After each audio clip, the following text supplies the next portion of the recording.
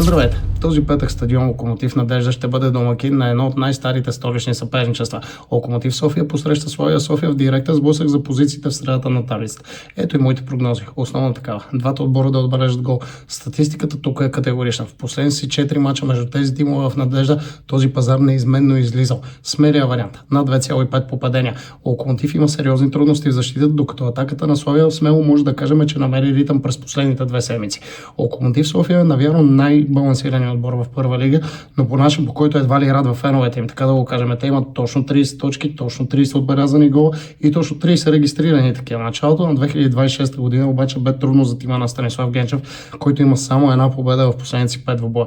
Защита на железничарите най-голямата въпросителна, тъй като те нямат нито една суха мрежа от началото на годината. В 4 от последните си 8 домакинства паднаха над 3 гола и половина. Наистина не е добра ситуацията в отбрана.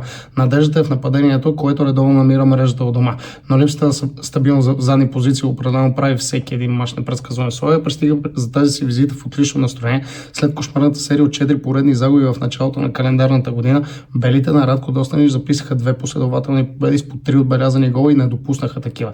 Тимът на Славия определено може да кажем, че отново гледа към втората четворка, евентуално потенциално място в евротурините чрез бараж.